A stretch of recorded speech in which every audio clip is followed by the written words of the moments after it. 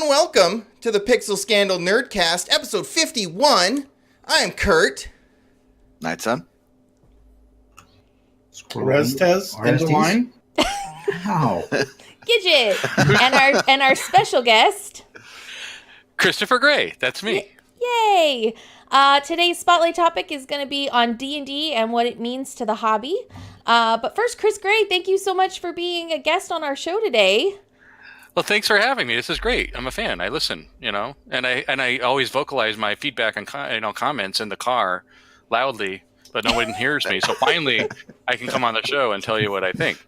Yeah, now you can argue with us in person. That sounds great. Yeah. Well, Chris is you've seen him on the show before because he did side quests for us, but you are the wonderful author of my most favorite RPG game, which is like... You made Savage Worlds? Yes, Chris Gray, the author of Savage Worlds.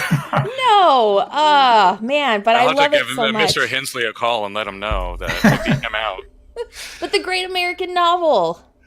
Yeah, the Great American Novel, funded, and right now we are in the furious stage of figuring out what settings are going to be included in the core book. Yes. And the backers are voting like crazy.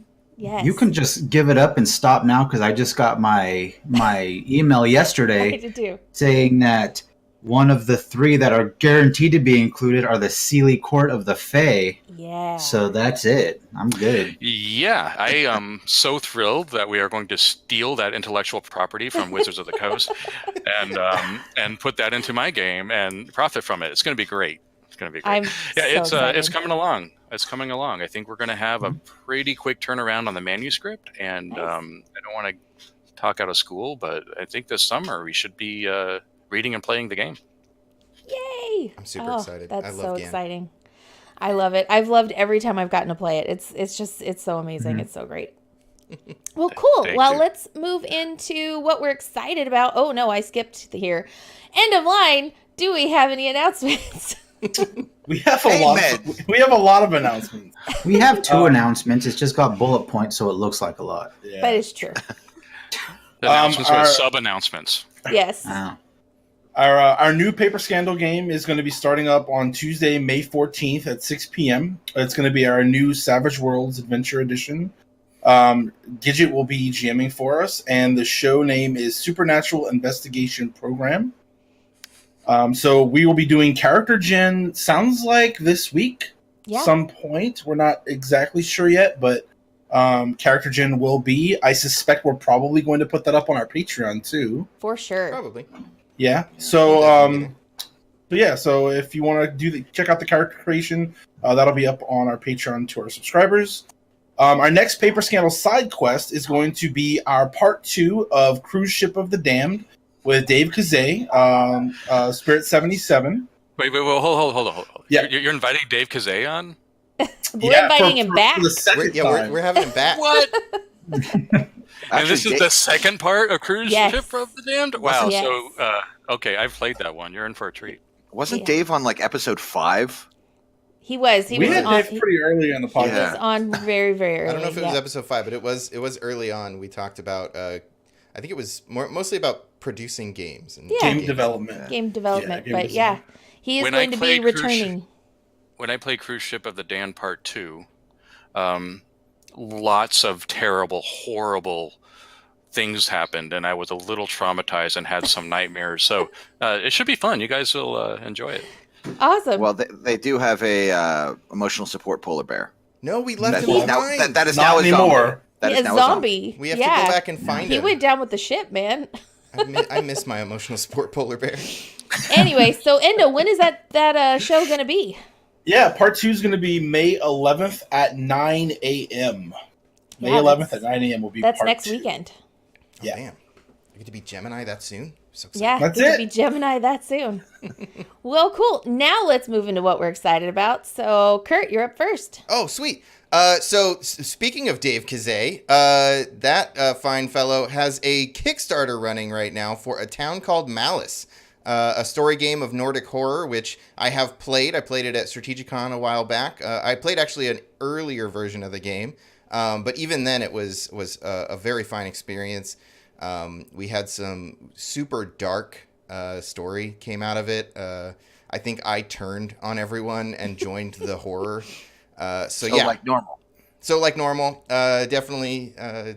It is not the, if you're familiar with Dave's other games like Spirit of 77 and even Bedlam Hall to an extent, it's got a more serious tone, but it is super cool and definitely worth checking out. And it is on Kickstarter right now. It's got 18 days to go, and I think they're at like $8,500. If they get to 10 grand, they get a stretch goal. So definitely go and give him your money so that we can get those stretch goals, because I want them.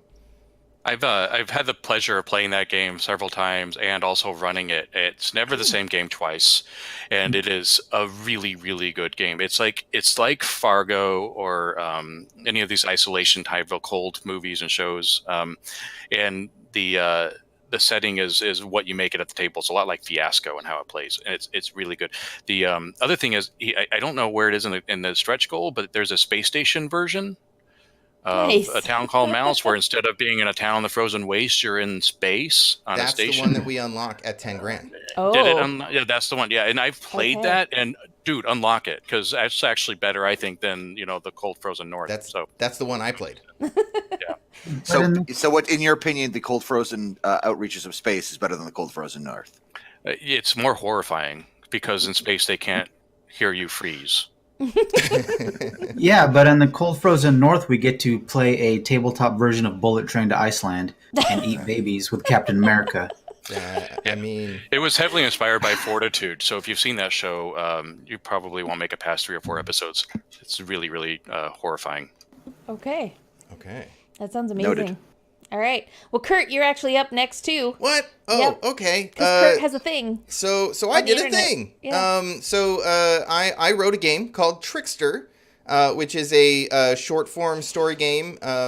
It's got a little bit of PBTA, but it's got a really, really narrow focus. It is a game where you take on the role of tricksters charged with protecting a village. And then you seek out your desires and teach lessons to these villagers, and then find out what sordid tales these mortals tell of your bizarre interventions, which is probably the best line I've ever written on anything. But it's cool. It's up on itch. I did it for the Folklore Jam, and I also submitted it to the Big Bad Jam because they had the same theme, and people checked with both organizers, and you could submit it to both jams. But it's up there for $5 on itch. It's a 12-page PDF. I actually just finished the print-friendly version, so that'll go up today. So if you're wanting that, it's not going to change the price or anything. You'll just have the print-friendly version up there. So if you want to print it out, it's set up to print on regular old letter paper, so you can have a little booklet at the table. And it's probably one of my favorite games that I've written so far. The game itself sounds really fun, but the book I think is super gorgeous. I love the art and the look of it, and it looks super awesome. This was my first time drawing on public domain art too, so there's a lot of Arthur Rackham in there, and some, I forget the other guy's name, but there's like some Rumpelstiltskin art in there. But yeah, definitely go check it out. It's I'll put a link in the show notes so people can find it, but it's up on my itch store. Yeah. Cool. When are we gonna play it? Yeah. When are we gonna play it, Kurt? We should definitely stream it. I will schedule that, and I will tell you, internet, when we'll stream it. Nice. Awesome. So obviously, like, before we start talking about this, spoilers. Is everyone on the cast up to date with Game of Thrones as of last week's episode? Nope. No. Oh, okay. no? Okay. All right. I am on episode 6 of the second to last season as of last night. Okay. So no spoilers then. No spoilers, but Game of fucking Thrones, guys. Yeah. Game of fucking Thrones. Oh, dude. So good. Yep. So good. I'm just going to throw this out there. I am totally an Arya hipster. She's been my favorite character since the first season. That is true. Yeah. Too. Yep. All right. I liked her before anybody else knew who she was. Yeah. Yep. Arya hipsters all the way. No, she's always been really awesome. I've always loved that character too. She's great. We had a dog named Arya Stark. Nice. Nice. Yeah, no, but I honestly, the first episode was a little slow, and so I was a little worried about the season. Like, what are they all going to feel slow? But they've done such a good job with making things feel satisfying and good good feels so far. So I'm excited. And End of Line, you need to catch up because it is too damn good. I have been. I was on start of season 3 2 weeks ago. All right. Yeah. So I've been binging out. We've been binging out of them as often as we can. We're almost there. Awesome. Well, moving on to another topic with that we can't do spoilers on is Endgame, which not all of us have seen, but most of us have. But Who hasn't seen it? Chris. Oh, okay. Calling out Chris. We've been very busy, and we're going to see it, and blah blah blah. I literally snuck out of work early on the Friday before my business trip just so I could see it because I was afraid to spend a week of avoiding spoilers. It's the 3-hour thing. I mean, 3 hours. I don't have 3 hours. Yeah. Yeah, that is definitely a hard thing to commit to. See if you can work something out with a theater to do like an hour and a half and then go see the second half. Can we get an intermission, please? Yeah. I got shit to do. I will say about it, it feels excessive, and then by the time you're over, you're like, it's 3 hours because they couldn't cut anything else. Yeah, absolutely. It didn't feel like 3 hours. It didn't feel like 3 hours at all. Yeah. And like we were saying when we came out of it, nothing about it was surprising, but everything was satisfying. Yeah.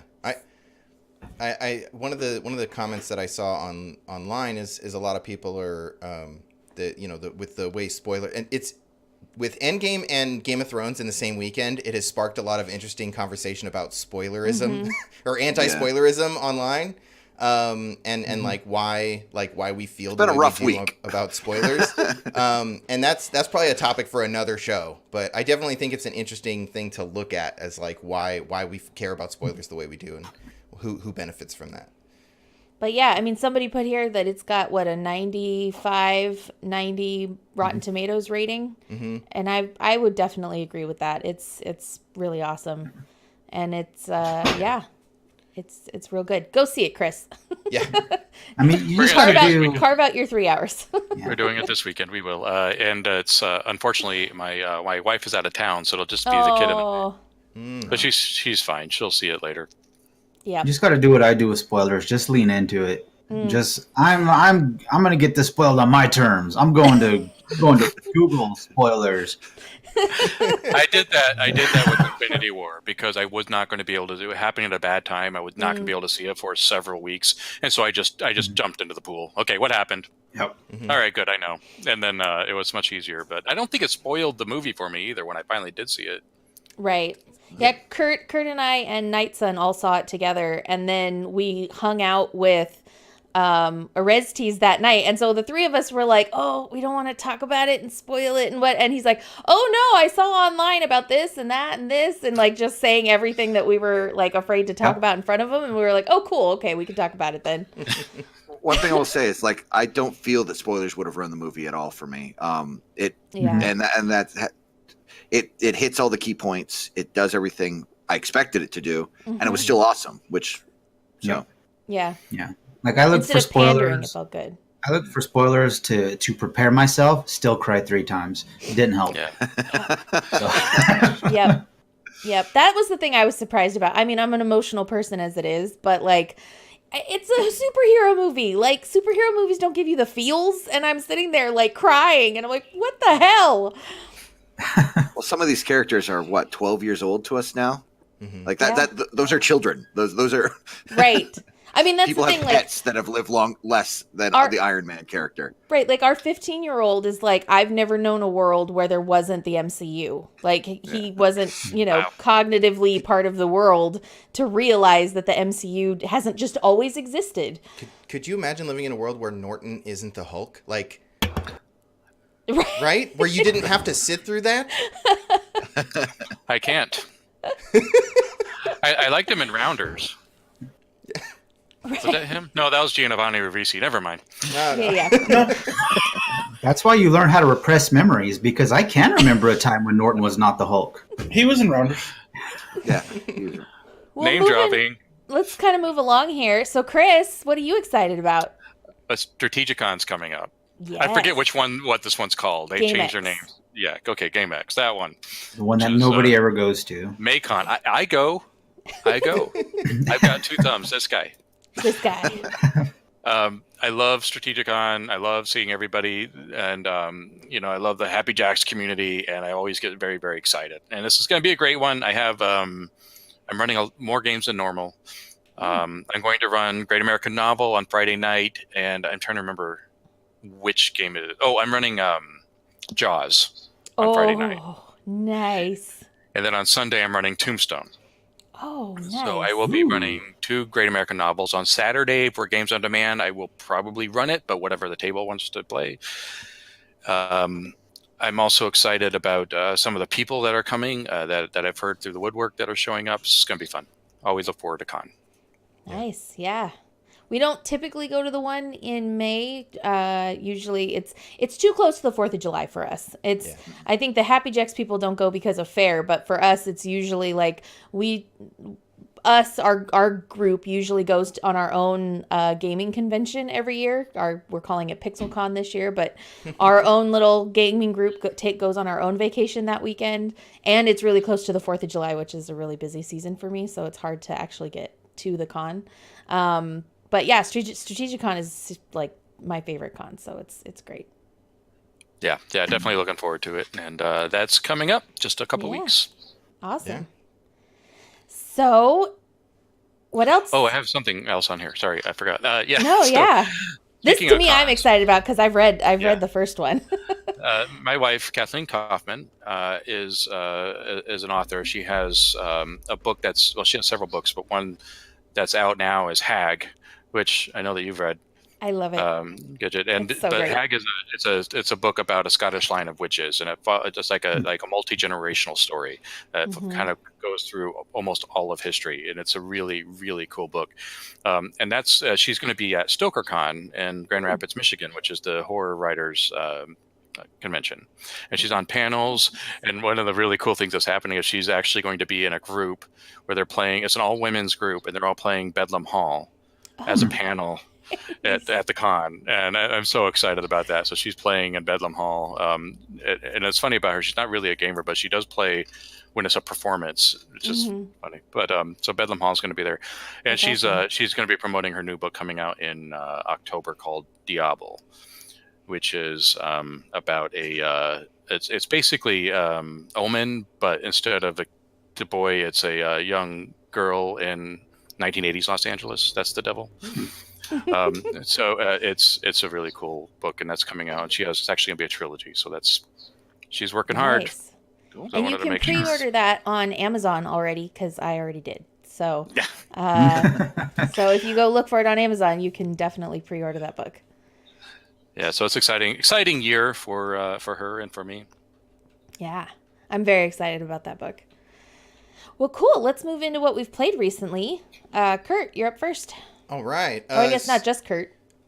So we played Dialect. We had a guest facilitator Yoshi join us. Yoshi Krillman, who's really active in the Gauntlet and who was my first introduction to Dialect and probably most story games.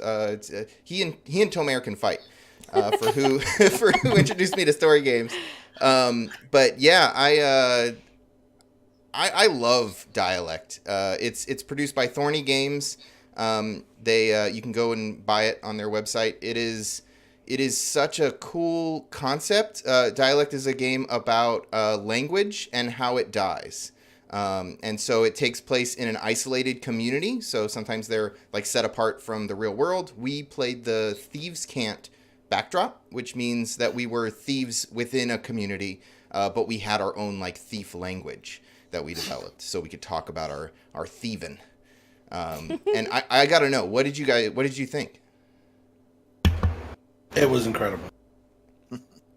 I really enjoyed it. I'm finding myself having a difficult time playing the trad games now that I've kind of played enough of the story games, and I definitely think I favor them substantially more. But the entirety of the game, where the game is creating the world, and then even after you're done creating the world, you're still creating your story in that world. And so from the beginning to the very, very end, it's just this creative process. And it's not like, oh, I created a thing, now I get to play into it. No. You're playing it and creating it the whole way through. And I think that's what's really immersive about it. Yeah, it's such a neat idea. I was actually really nervous when I signed up to play it the first time around. This time, obviously, I knew what I was getting myself into. But when it says, you create a language, I was like, oh God, how am I going to do that? I don't know enough about linguistics to come up with a language. But it goes through story prompts. So you draw cards with prompts on them, like a word for love, and then it'll have like a use case and a scene prompt. And so then you just make up the word for love that fits within this story that you've been building. And it comes fairly naturally most of the time, finding the word that would fit within this like framework that you've built. So for us, we were a theater guild, or an actors guild was our cover. So like everything was theater terms, right? So like the time coming up to a robbery when we were doing our last preparations was just called dress, right? Because it was our dress rehearsal for the robbery. So yeah, I highly recommend it. You definitely go check it out. I'll put a link in the doobly-doo here.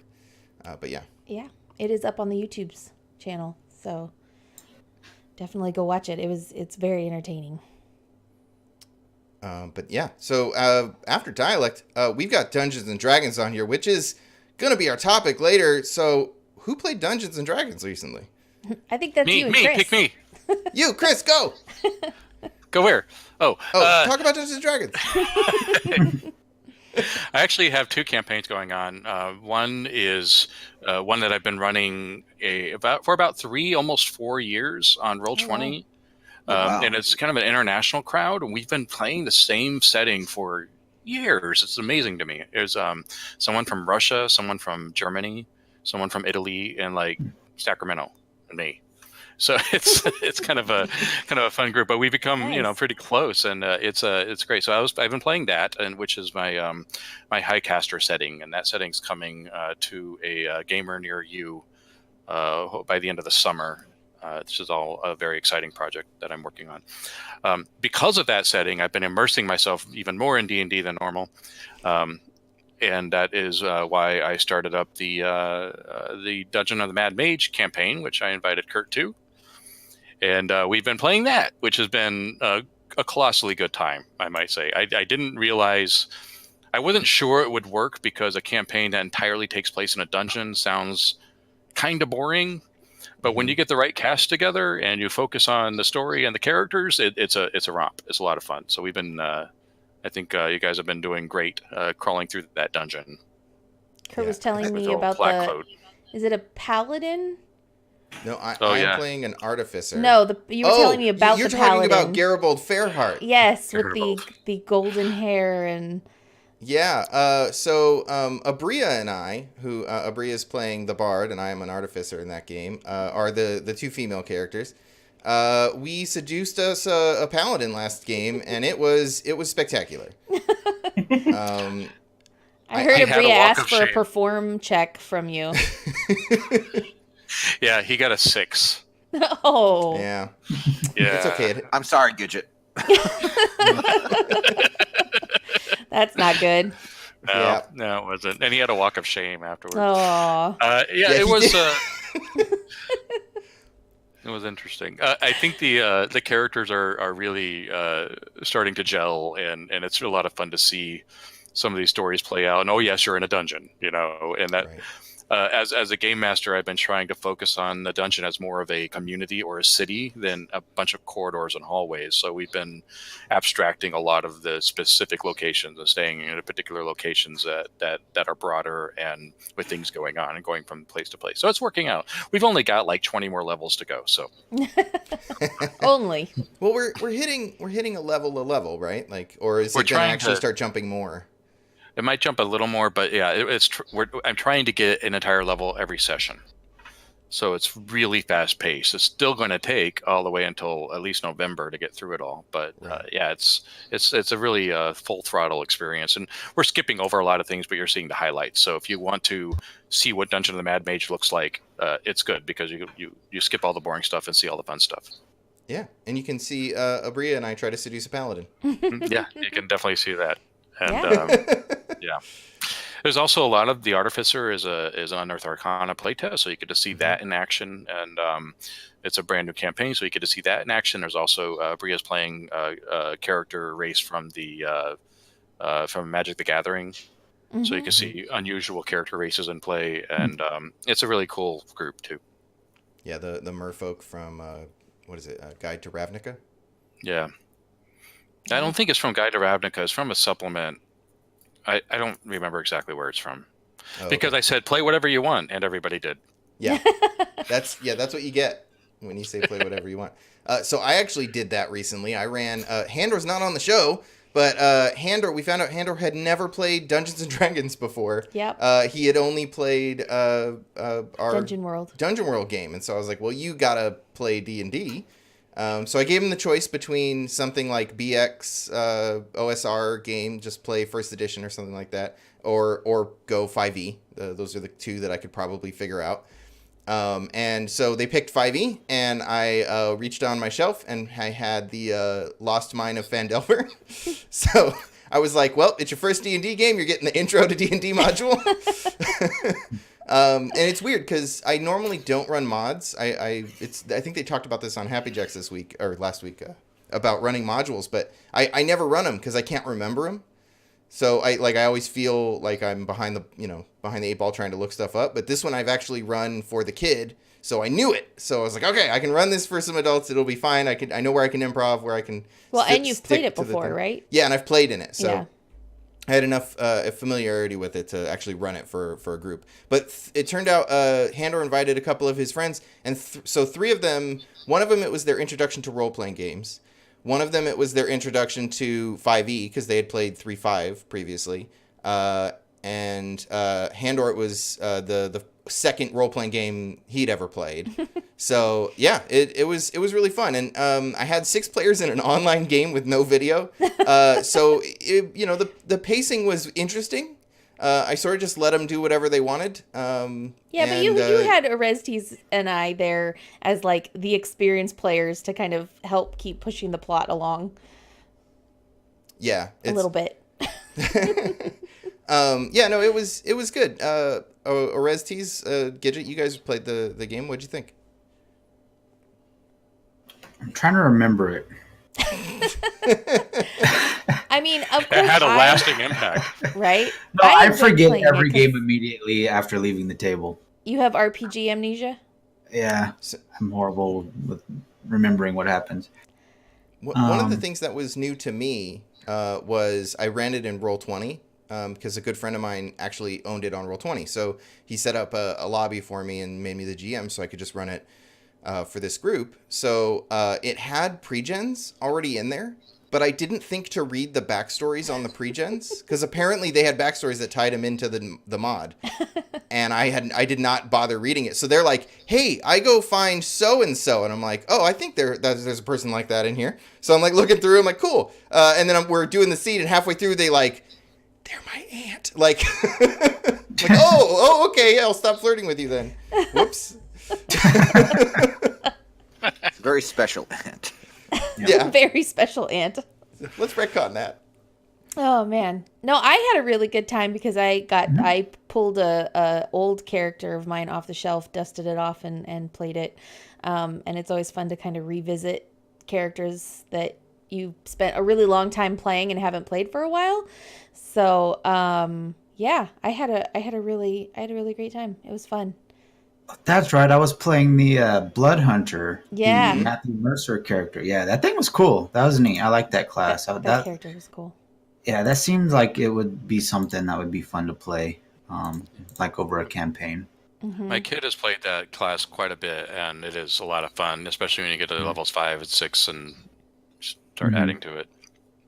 Kurt made us play level 2. I know. I didn't have the ability to heal people with my blood. Well, it was a lot of people's first game, and I didn't want to overwhelm them with options, so you guys got stuck at level 2. Sorry. Yeah. Well, kind of moving along here. Does anybody have anything else that they played recently they want to talk about? Last night I went to one of the Strategicon people's, Nico's house for a little story game thing, and I played Decima, which is, I ran it. which is Kimmy from Happy Jacks. It's her new game, which is in development. She's putting it out under Golden Lasso Games. Oh yeah, and we it's played a it. it's a tarot. The main engine is a tarot deck, and you use it to build relationships and locations, and it's a world building exercise more than it is a game. They can turn it into a game, and we actually used it on that D&D game. So now we're in frickin' Undermountain, which is the name of the campaign. And we started using it just before they go into the next level. We'll do a quick decima to see a flashback on something that happened with this group before they went into Undermountain. Oh, nice. And we'll do that at the beginning of every session now. So it's really great tool for that. And I really enjoyed the game. I love it so much. I've been using it for all kinds of things and all kinds of. I can't wait to have the actual deck in my hand. But that was really cool to play that. Nice. Yeah, it's got an interesting place in the like campfire tales section, part of play, like adding it into other games halfway through to sort of flash back and get a little more detail about, let's talk about something that you guys all did together and sort of build that out. When we played it, we did it, I think the way it's written is like before the game starts, but you have characters. And so we played through and answered all the questions. And apparently we had a bad draw because we generated almost no NPCs, which apparently the game is supposed to generate several NPCs. But yeah, in our playthrough, we unfortunately didn't generate any NPCs. Yeah, there wasn't one. It was super weird. That was our primary comment. It's like, are we supposed to add our own? Is it implied that they're there? Is there a module for this that we don't have? Yeah, and then I went back and talked to Kimmy, and she's like, no, it's odd that you didn't find any. So it was like we just snuck in by accident? We just drew, like, the few cards we drew didn't have NPC generation in them. So, yeah. But that was a really early version of the game, so it's gone through a few iterations since then. So I don't know if that's still an issue, or maybe we just had a bad luck that day. Yeah. Yeah. Well, cool. The game plays a lot like For the Queen. So there are these sort of story prompts that you answer, and then the rest of the table can ask follow-up questions on, and you sort of create the setting emergently that way. Yeah. Yeah. But the deck that she's creating, because it's going to be a custom deck that you can buy, is real pretty.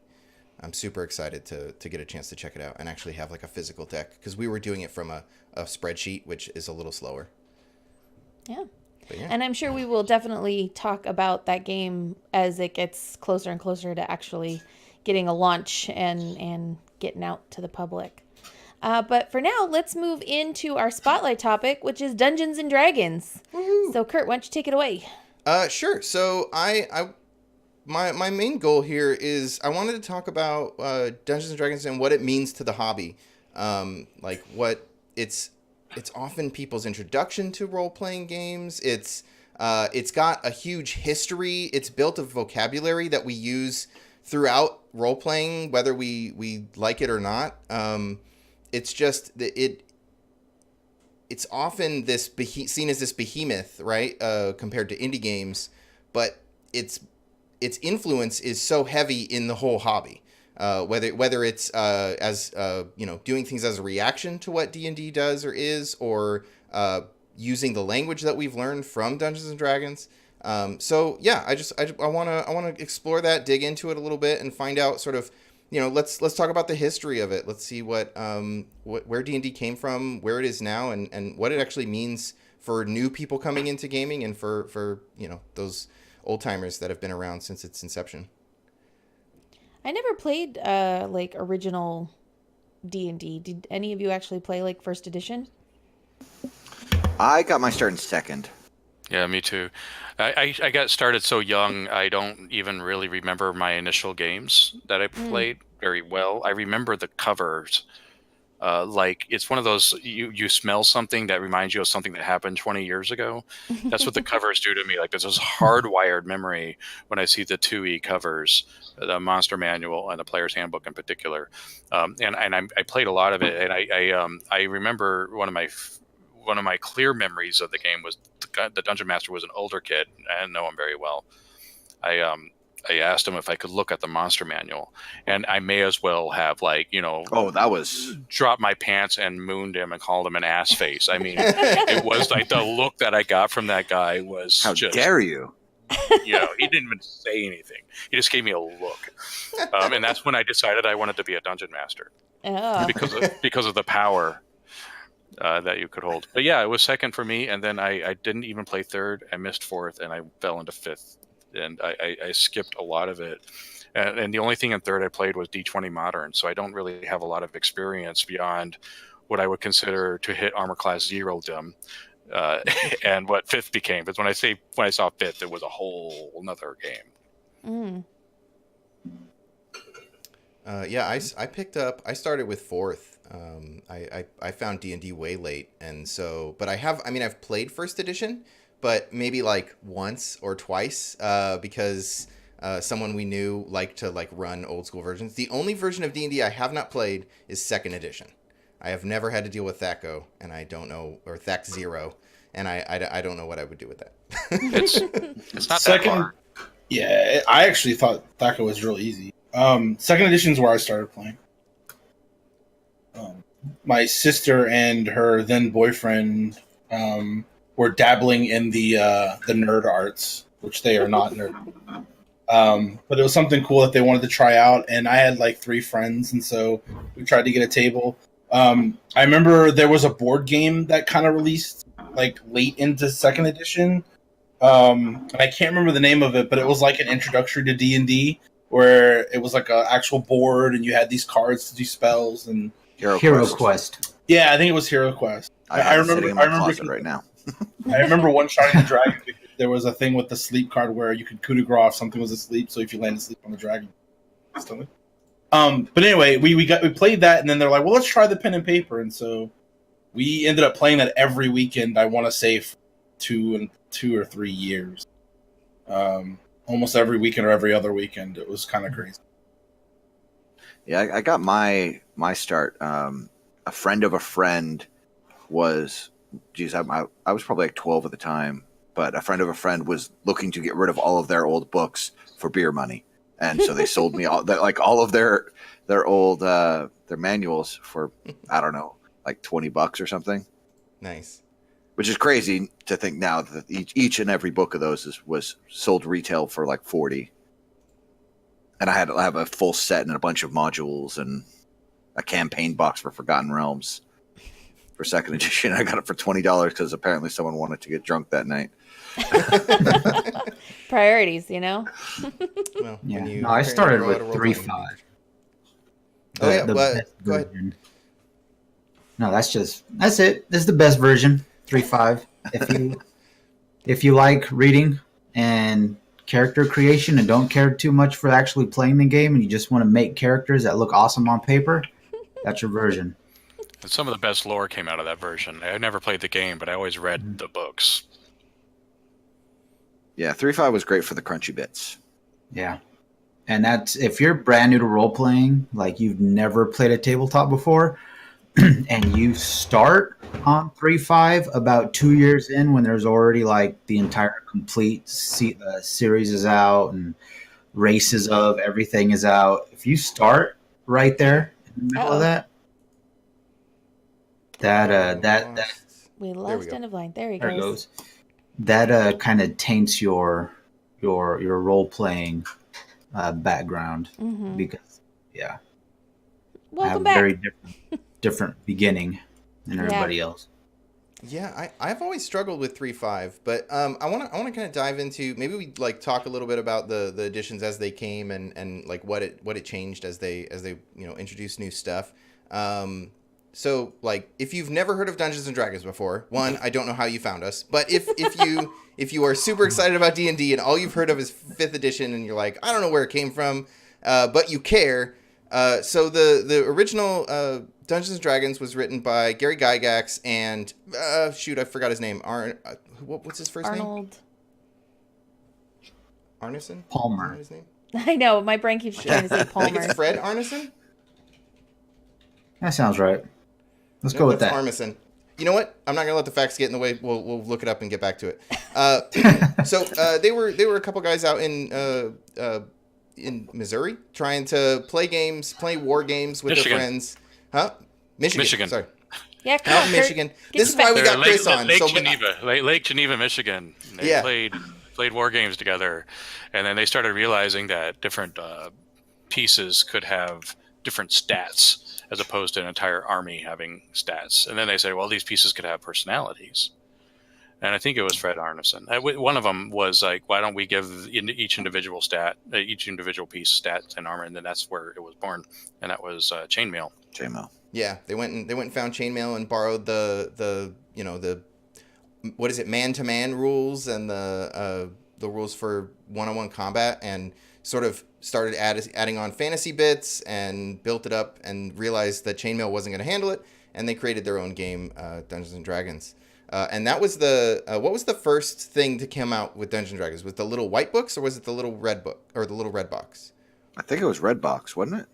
Was Red Box the first one?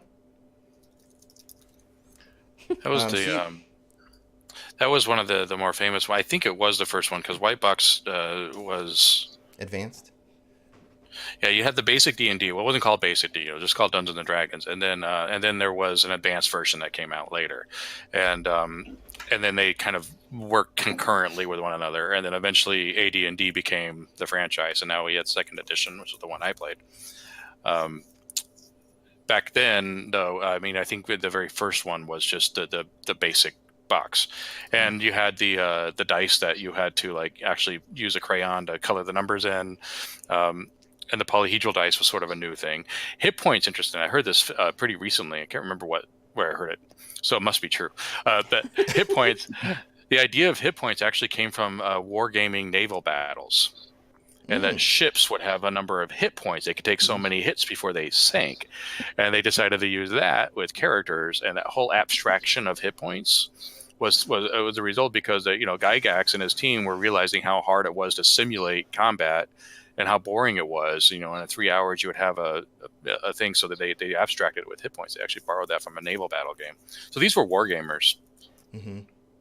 Yeah. So the thing that's interesting to me is as they sort of started taking on their own, they take up a persona and they start introducing role playing into the game. The game didn't give a shit about your role playing. The game just cared about how to deal with like killing things and taking their stuff at that point. And so there wasn't like I don't know, when did they even introduce skills? Were skills in Redbox? I was in second edition. Second edition added skills, I believe. Yeah. Mm. And just so we have the timeline right, it was Blue Box, and then it got the BX version, and then it went, I think then it was Redbox. So we're talking 1977 was when the first set was out, which was the year I was born. It's also the year of Star Wars and Apocalypse Now. So many good stuff. So much good stuff came out of that year. Yeah. You're in good company. But yeah, so one of the things I kind of think is funny is when we talk about things like 4th edition and people complain about there's no role playing in 4th edition. Well, the earlier games didn't give a shit about your role playing, so why do you care now that the game doesn't give a shit about your role playing? But yeah, it was just about. Oh, go ahead, Nightson. It looks like you were going to say something. I was just going to say, like, from the jump, role playing was always just what you tacked on. The system was designed for the things you do, but anything you say or how you interact or how you feel about the things you do, that's always been completely abstracted. There's never been rules. There's never been anything. It's almost unnecessary. But both to have it or not to have it. It was completely at the discretion of the table whether or not you wanted to play essentially a war game with more complex rules, or to do something crazier and actually get into some storytelling. Yeah, in those early games too, there was never a need for skills, because you would say, "I'm looking for a trap." Well, where are you looking? Under the bed, oh, okay, you see a trap. You didn't need a skill for that. And so really a lot of the early gamers, I understand, it was more about testing the player and not really the character. And I think the abstracting that into skill sets came to when players like myself were bad with puzzles, and so we needed a skill to represent what the character was good at versus what the player was good at. But that distancing, that sort of dissonance between the character and the player was an innovation that actually happened later. Yeah, that's super interesting that the first when Dungeons and Dragons came out, I mean, it was still from that war game perspective of can I beat this game, right? Can I beat this game, and not can my character beat this objective or overcome this challenge? Yeah, can my tactical knowledge beat this game? Mm-hmm. And I think a lot of that gets carried into OSR, right? Like some people want to go back to that. OSR kind of brings it back to the basics where you don't really need to worry so much about the rules.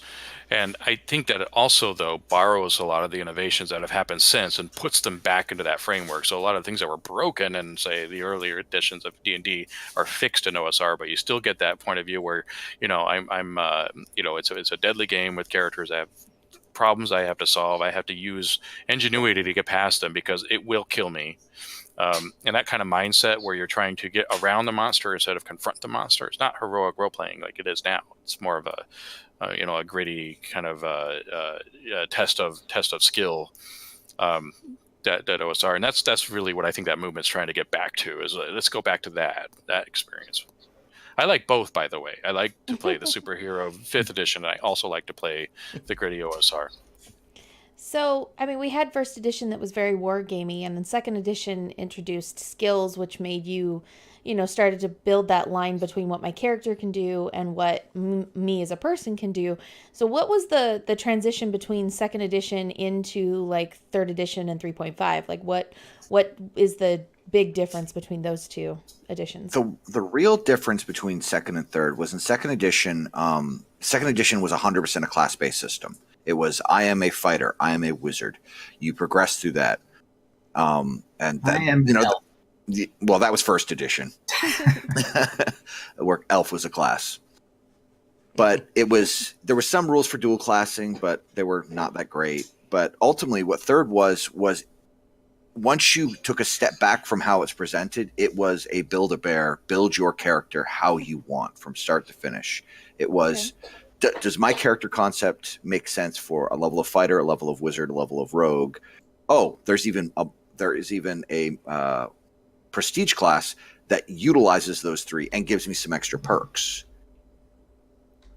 Okay. And so that's a lot about it. It was so taking your kind of added flavor, right? Yeah, I would say that would be the way to put it. Added customization. A lot of crunchy bits to allow you to put the thought in your head onto paper. It also had a lot of subsystems, some notorious ones that were so intertwined into the system that you had to. I think it went more simulationist in its approach to design as opposed to abstract, which the earlier editions were more abstracting those challenges, whereas 3rd really wanted to have machines in place to handle all of the different things that could come up. So why a 0.5? Why go from 3 to 3.5? What was it that 0.5 gave the system? I'll be honest, I wasn't actually present with that transition. I touched 3.0 briefly, and then when I actually got heavily back into it was 3.5. So I don't really know much of the difference between the two versions. And my understanding was that it was sort of the reason it was a half edition is it was sort of an errata that piled up so much they finally just had to put together a half, and I don't know that it was an actual release per se, but that things were changing. But I think the big marker there was that because of the OGL, Pathfinder was born, and a lot of the innovations that Pathfinder brought to the market, were absorbed in the overall community. And I think in arrears, we look at it as 3.5. I could be wrong about that, but I don't think there was like and here we are. I think it was just sort of errated over time. Yeah, did the book say edition 3.5 of D&D? Oh, yeah. It was basically errata and cleanup. Okay. So it was like, we're going to re-release the PHB and the DMG with all of the errata, the 75 pages of errata we've generated. Yeah. And with where I started with 3.5 was Living Greyhawk. It was a living world run by Wizards of the Coast, and the 3rd edition stuff was just off the table. Like you weren't allowed to use any of that stuff because it was, pre-errata or whatever. So yeah, it was starting with the 3.5 PHB. And all the stuff before that was just like, nope, you can't use it for this. Was 3rd or rather 3.5, was that the introduction of Living Worlds, of the shared world play. I forget. First what I've 3.5 seen of it, did but there. I would be completely willing to believe that there was previous editions. I think the Living Greyhawk thing is so interesting. Just the idea that everyone everywhere is playing like the same thing, and that it's changing based on what different people are doing with it. And I think that whole 3.5 Living Greyhawk thing is so cool. I never got to play it, but it's such a, like, listening to you guys talk about it is super interesting. And how if your character got to a certain level, you could retire it and it'd become an NPC somewhere in a different game or something. It's level 16. Yeah. It's kind of really neat. I mean, yeah. And then, of course, that sounds like a great idea. And then you end up with, how do you actually implement such a huge undertaking, and what are the bad things that come out of that, which is a lot of people complain about organized play nowadays, is how rigid it can be. But so we have 3.5 gets like as simulation as it can be. It tries to answer every single question with its rules, and then they jump to 4E. What would you say the transition there was? World of Warcraft. Yeah. Yeah. They made our hobby is dwindling. We need the gamers. Mm-hmm. It definitely feels like a video game. I mean, it feels like you're casting spells even when you're not a wizard. Yeah. Yeah. Which in some aspects is really nice, because for anyone who's played a fighter before in earlier editions, I attack. Yeah. Gets old. Or a wizard. You cast your 3 spells for the day, and then you're shooting your crossbow at people. Right. It introduced at-will spells. Mm-hmm. Which, I mean, were there cantrips in 3.5? No. Oh. Well, there was 0 level spells. There were 0 level spells, but they were still limited. Yeah, you still had slots. Yeah, so it introduced that ability to have a certain number of spells or moves or whatever that you can do an infinite amount for the day. And then the encounters and the dailies and that kind of stuff. But definitely, I think it's the video game aspect that really influenced the way 4th edition was developed. That's the edition where Kurt and I started on. Yeah, that's the edition that ruined monks, the monk class. By deciding, wizards in their infinite wisdom decided that every class needed to have some kind of currency that they needed to spend, or not currency, but like, resource to manage. Yeah, resource that they needed to manage. So all the cool stuff that I got to do in 3.5 on my monk, like vertically jump up on top of a roof and suplex a guy off of a crow's nest in a ship, just because I felt like it. Nope, that caused key points now. It was like, no, I'm not playing this class anymore. Stupid. OP. No. Well, so that's the thing is 3.5 had so many rules and such power creep, that there were a lot of places like Trip, right? Trip was super broken, where if you were good at tripping people, it became like, well, first Trip off, was only super broken if you took improved Trip and got that free basic attack. Sure. That's exactly what I was going to say. And the rules for grappling were not hard. How many steps is the through all flow 8 chart? paragraphs. For grapple? Yeah. I mean, we can get into it. You do your basic attack, which is versus your touch AC to make your grapple. And then once you have the person grappled, you get another attack to determine if you're going to apply damage or maintain the grapple, and you could move half speed. So anyway, we moved into 4th edition, which felt a lot more like a video game, right? I mean, it's definitely trying to pull back its audience that moved into video games, that started playing World of Warcraft. But all of the tabletop gamers don't seem to like 4th edition very much. At least that's the impression I've gotten from a lot of people. I hated 4th edition at the beginning because, like I said, starting a year or two into 3.5 and just starting with an overwhelming amount of options, going to 4th edition was the first time I went from one system to another system, even though it was D&D. And just right off the bat, anytime a new system comes out and you're limited to the PHB, I hate it. I don't care. There's not enough options in there for it to be interesting to me. Coming from 3.5 where it's like, hey, we have 3,500 feats. You get 7 of them if you want to make your character. Which ones do you want? Find some good ones. And then going to 4th edition where it's like, PHB, here you go. Here's like 20 feats. It's like, what am I supposed to do with this trash? You want me to take toughness? What are you, stupid? No. I don't want that. I mean, you're kind of dancing around the topic. What do you really feel about it? At the beginning, I hated it. I was very upset about it. But after like a couple years in, I was like, okay, I like 4th edition now. Well, one thing that I will definitely say that I'm a big fan of 4th. I feel it is a great transition game from board gamers into the hobby. Because for people who are used to minis on a board, moving around, using abilities, it translates incredibly well to here are the, especially if you go the printing out everyone's abilities on cards and using cards to play. It's very easy for someone to grasp on it. There's not many rules. It's few rules, lots of exceptions. It's ultimately roll a d20, add or subtract 2, and you're good to go. It's like play a card, roll a dice, move your little figure around the board. Cool. Well, you say that, but then like combat takes forever in 4th edition. I'm sorry. It took a long That's time my at fault. 3.5 too. That is true. It's usually Oreztes' fault if combat takes a long time because you're taking other people's turns off their turn. Dude, lazy warlords are the best classes in 4th ed. It is like easily the best class in the world. I also have to say that when we started playing 4E, we were playing it wrong. We didn't limit the amount of reactions you could take.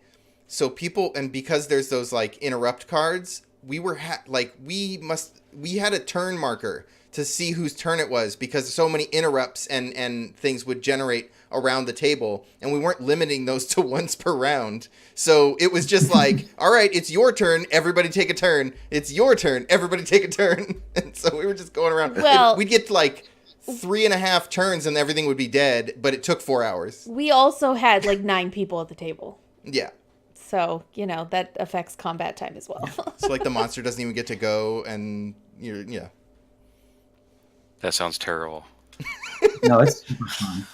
It was amazing, but it was also like, okay, you're going along playing the campaign, and then a combat starts, and you're like, okay, so can everybody go for 4 more hours? Should we do the fight now, or do we want to schedule another game to do the fight?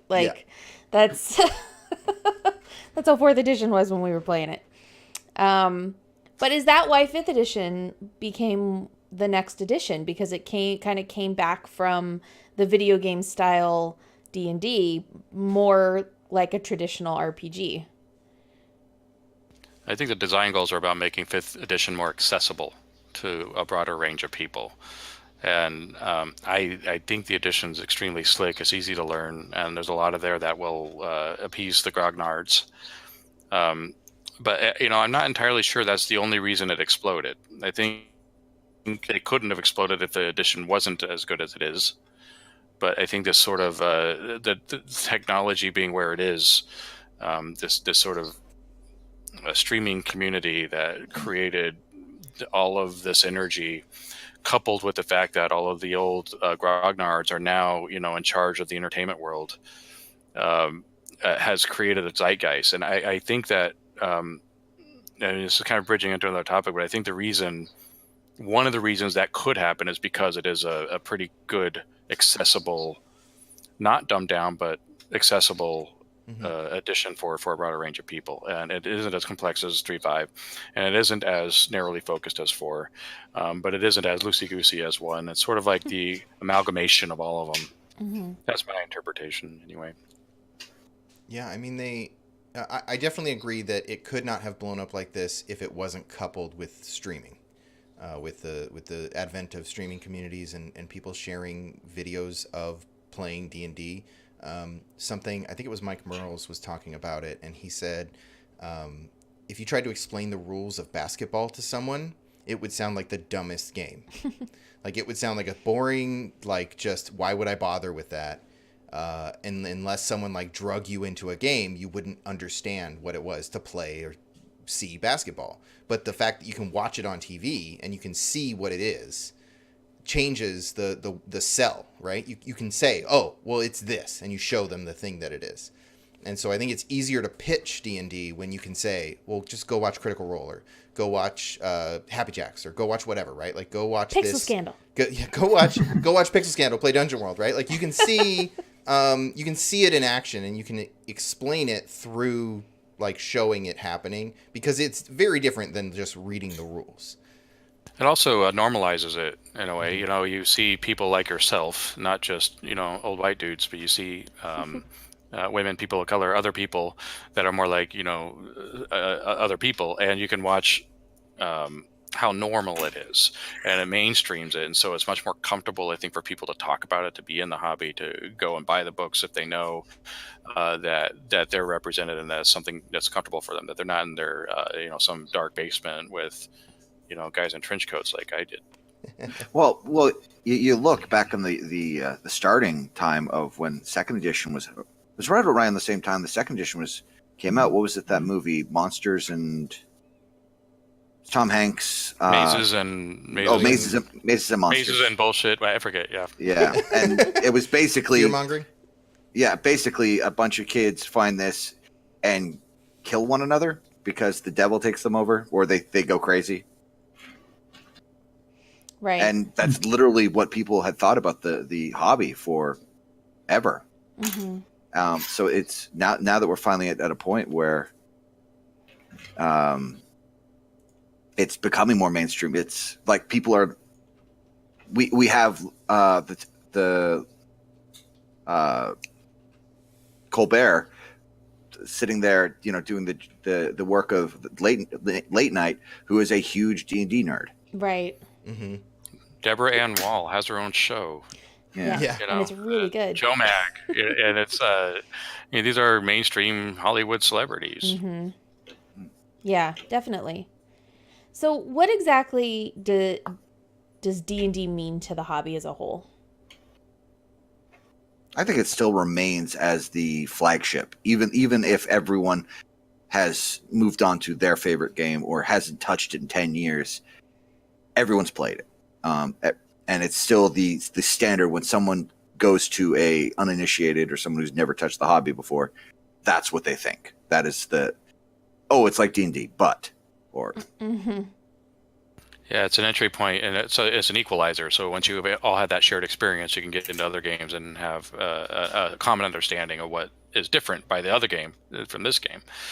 Also, I think it's a bellwether. I think it tells us what the whole hobby and the whole industry is up to, and what winds of change are coming. You know, and they're really in marketing on the cutting edge. And I'm a marketer by trade, and I watch what they do very carefully.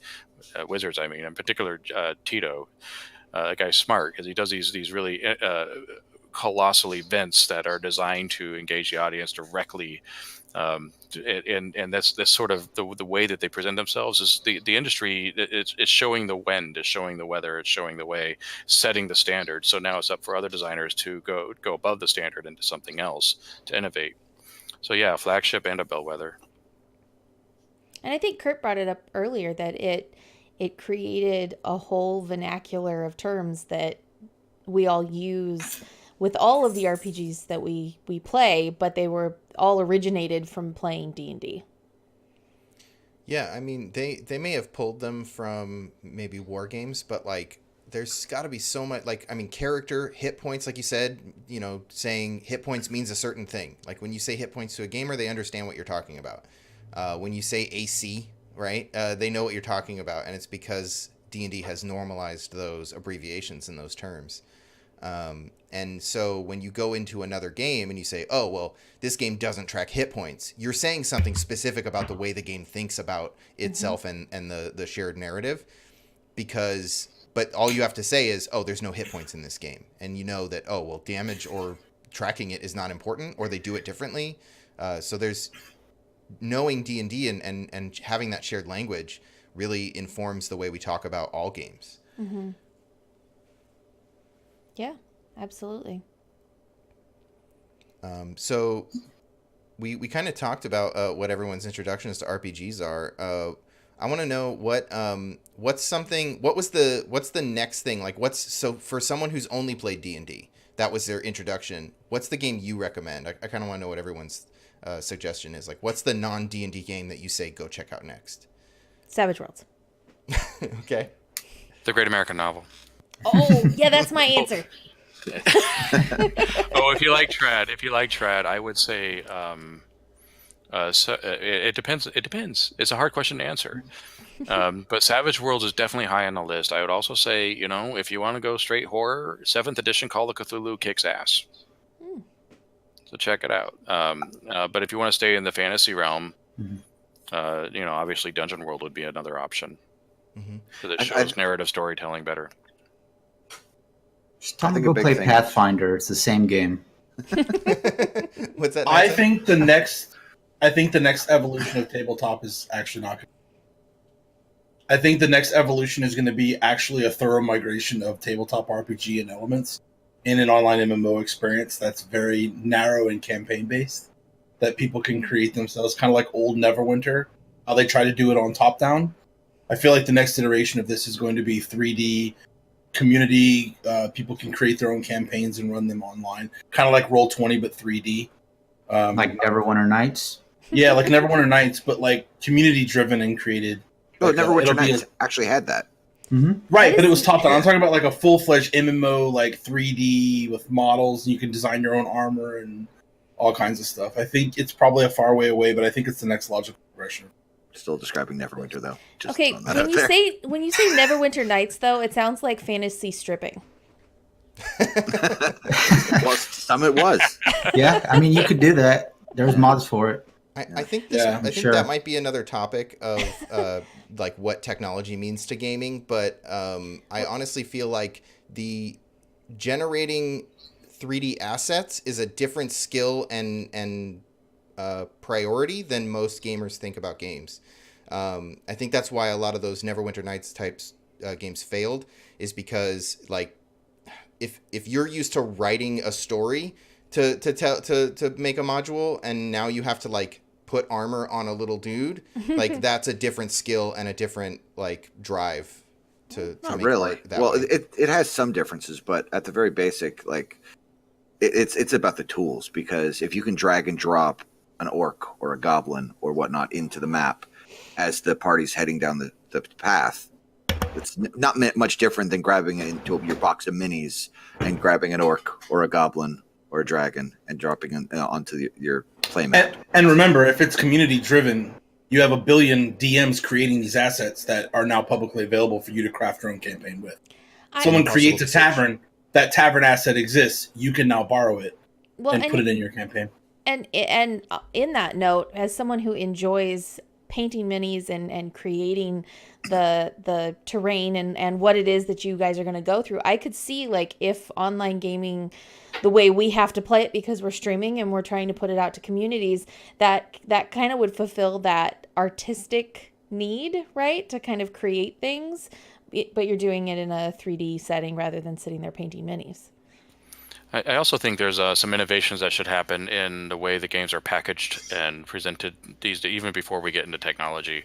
I mean, for example, WotC is extremely good at creating seasons and storylines and modules and settings, but most of the people that I know, once you get past organized play, so Smith, when a lot of times people are coming into the game right now through Adventure League, and then they grow from there.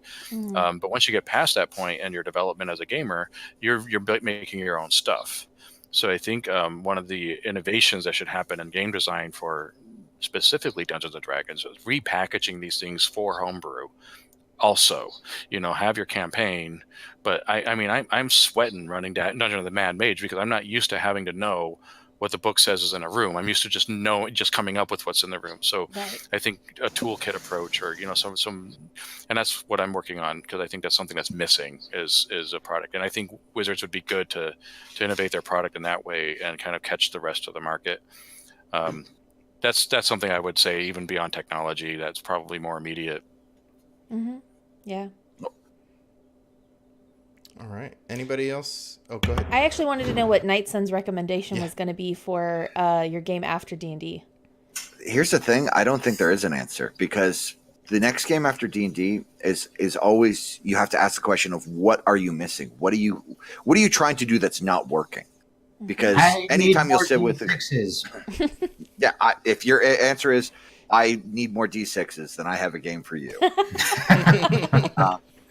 But if they're, if hey, we're trying to do a more political game, well, D&D's not built for that. If you're not going into a dungeon, killing the monsters and taking their stuff, and in that loop, you're not really using half the game.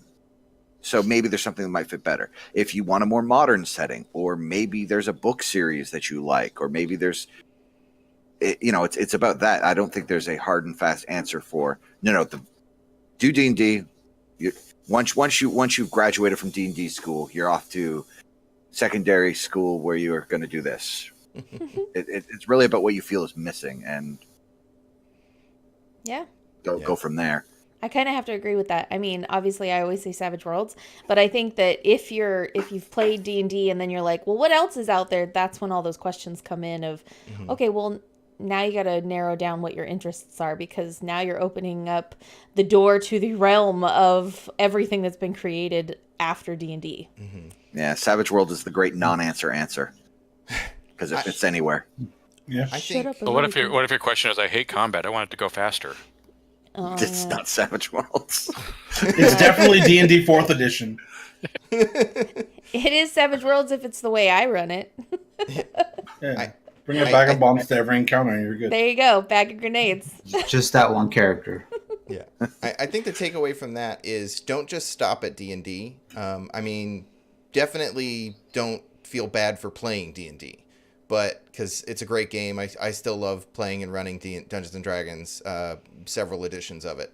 But go out there and check out some of the indie games that exist and some of the other genres that are explored, and see how they deal with problems and how they approach the things that are important to that game.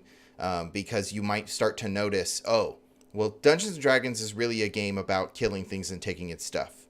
Or Dungeons & Dragons is really a game about X. And if you want to tell a story that's about something else, there might be a game that's better for that. And so if you restrict yourself to D&D and you say, like, well, you can play anything in D&D, well, technically that's correct, right? Because the police are not going to show up at your house and be like, you're doing it wrong. But there are mechanisms in other games that are going to function better for what you're trying to achieve than what Dungeons & Dragons might do. Now, in the game that I played with Handor that I ran, I wanted them to be able to go and kill people and take its stuff. So D&D is the perfect game for that kind of play. And it worked great. It was a blast. But if your goal is to, like, how do we tell, like, a really meaningful story about these characters' home lives? Well, there's probably a different game that's going to be better at that. Yeah. I think the problem I have, and you guys know how I am about it, the problem I have is there's too many fucking systems now that do the same shit a different way to accomplish the same damn thing. It's impossible for someone who's not a hardcore tabletop gamer to be like, God, I have to learn a new rule set. Like this has already been done 1,000 times. Like it's beaten a dead horse. But now I got to learn this whole different way. Oh, I got to roll a D8 for this instead of a D6, but the math still plays out the exact same. Like it's just weird. I feel like things that are done well, people need to start focusing a little bit more on the creative side of it and less about just create a completely new re-engineer a system for this new game just for the sake of it. Like, that's for me the big challenge is every time we pick up a game, like, hey, there's a cool new system out. Awesome. But, like, whenever I look at the rules and I'm like 60% of it is the same shit. It's like, why? Why is this necessary? You can say that complaint, but I know you're not actually looking at the rules. Well, and here's the thing. That's a large reason why I don't want to invest reading a book for 5 hours to play it like a game 3 times. Like it's not a good investment of time for me. I think that's what I love about our group is that we have kind of a spectrum of players, and like you're on one end and Kurt's on the other end. Oh yeah. And then there's us in the middle, but it's Kurt is like try every game. There must be 1 million of them, and you're like, just have one system, please. Kurt will read a DM guide for a game he never intends on playing or DMing just because he wants to read it. He just wants to know, like, what did they do differently? I think that's amazing. That's the designer in him. He wants to see how they do the same thing. It makes perfect sense, but let's be clear. That is the exception player. Like, far from the rule. Like, most people are like, no, I don't want that. I don't want to read As that. the person who lives with Kurt, I can definitely attest that he does absolutely read games that he never plays or intends to play. And he's like, this game's so cool, and tells me all about it. I'm like, cool, when are we playing? He's like, I don't know. Yeah. Kurt's the person who has a Playboy, and hidden inside the Playboy is a manual for a book. Yeah, for a game. I'm the same way. But I gotta say to your point, the independent games are doing a really good job of finding a particular niche. It's not about the system; it's about the niche. Mm-hmm. This is a game that's going to emulate this experience, and the rules are subsequent to that, and they're usually very stripped down and just perfunctory, but then they're designed for that experience. So it's not like you're learning a game; you're learning an experience. And so when you get out of the trad a bit and into what's going on in the indie world, Numenera, you could do that in D&D, and that's why nobody's ever going to play it with me. Which sucks because I'd like to play it. But when you get into, like, just as an extreme example, Bluebeard's Bride, where this is a packaged experience that has different rules, but it's not a rule set. So I think the generic rule sets, we've seen enough of them probably for a lifetime. Yeah, Chris and Kurt are definitely on the same spectrum of that game system spectrum I was talking about earlier. And honestly, that's why I think story games are so good for me. Like, we literally were up and running and playing Dialect in like 20 minutes, and we kind of had a general grasp of how to play it. Right. Like, I like that. I'm not saying I'm against trad games. I do like trad games. I've played them for a million years. It's just exhaustive that there's so, and this is a double-edged sword. I'm really happy that tabletop is getting so popular and the community is growing. It's becoming more accepted as a culture. That's fantastic. But with that comes the negative. Everyone wants to make a new system. And everyone wants to make a new game. I would love to see more settings and just interesting storylines being created in existing systems that already have a fan base of people that know the rules and want to play different things. I totally get the setting fatigue thing. That's definitely a real thing. Anytime I see a game pitch that says D&D, but I did this thing different, or D&D but better, I just don't read it. Because I'm like, there's already D&D, dude. Let's find something. So in closing, once you're done playing D&D, go play Tenor Bancho Zero. All right. Well, I was see you next week. Let's wrap up here with final thoughts. My final thought is, I think the thing that I like that they've done with 5th edition is not even something that Wizards is doing, but it's D&D Beyond, because something that I always struggle with is making characters and then keeping everything organized. And I really loved the character builder for 4th edition. So I was really glad that D&D Beyond is a thing now, and it kind of brings over all that character builder stuff into a nice, neat package. So I'm kind of loving the D&D Beyond thing for 5th edition. Definitely, as a game master, I can't live without it. I mean, it's been so good. Yeah. Anybody else's final thoughts? The 4th ed character builder was really cool. It was way better than the 3.5 spreadsheet that was Hero Forge. Yep, for sure. I guess my final thought would be, if you like D&D, play D&D. You don't have to feel bad about it. Mm-hmm. Nobody's gonna there's fights online all the time about what is the best edition of Dungeons and Dragons. They all do something slightly different. So pick the one that does the D&D the way you like to play it, and just play that game, and it's okay. But don't restrict yourself. Like, don't try to make D&D do things that it doesn't do. Go find the game that does that thing. That's my final thought for D&D. Anybody else? Final thoughts? I've got one. I mean, I'm so thrilled that after all of this time, I'm cool. Because I'm participating in a hobby that everybody loves, and I'm really grateful for D&D as a game, for WotC, for the creators, the designers, the communities around it, to have lifted it up to such a point where I don't have to hide my hobby for fear of being ridiculed or whatever. And it's given me a platform to launch into all kinds of stuff that have nothing to do with D&D, but I couldn't have done it without D&D. Right. And so I'm always going to come back to it. It's always my game. I'm going to be making story game bullshit till the day I die, but I'm also going to be playing D&D. And I think that it's easy to be cynical about it because it's mainstream, but embrace it, man. It's great. We're in a golden age right now. Yeah, for sure. Well, Kurt, you want to tell people where they can find us on the internet? I sure do, Gigett.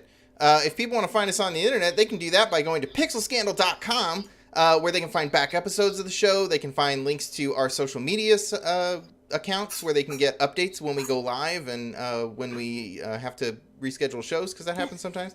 They can get links to our YouTube and our Twitch, where you can watch the show live or watch back episodes. If you like watching this show live, definitely go follow us on twitch.tv/pixelscandal. They can find links to our audio feed on iTunes or Google Play or any pod receptacle of your choice. And definitely go sub and rate us on those, because it really helps us in rankings and helps new people find the show. And if they want to support the show, they can find links to our Patreon or our Twitch, where they can either subscribe on Twitch or become a patron. We've got some cool little Patreon levels, so if that's your thing, go check it out. And Chris, do you want to plug anything? Nah. Oh, okay, I guess. You can find all my stuff at christopher.world. Everything that I'm working on is there. It's probably best to catch me on Twitter or on Facebook, which are my links are there. And also, tune into this game we're running, which is so now we're stuck in freaking Undermountain. I have a session uploaded every other week. One went up this morning. We're in session 3, and we'll keep going. So check out my YouTube, and that's where that's happening. Awesome. Rosie the Paladin Riveter. Awesome. Well, we will see you next week. Well, I won't see you for next week because it's Mother's Day and I'm not doing the show. But they'll see you next week for our next Pixel Scandal show. And we'll see you next Saturday for our side quest of Cruise Ship of the Dam Part 2. Woo! All right. Thanks, everybody. Farewell. Bye. Bye. See ya. Love you.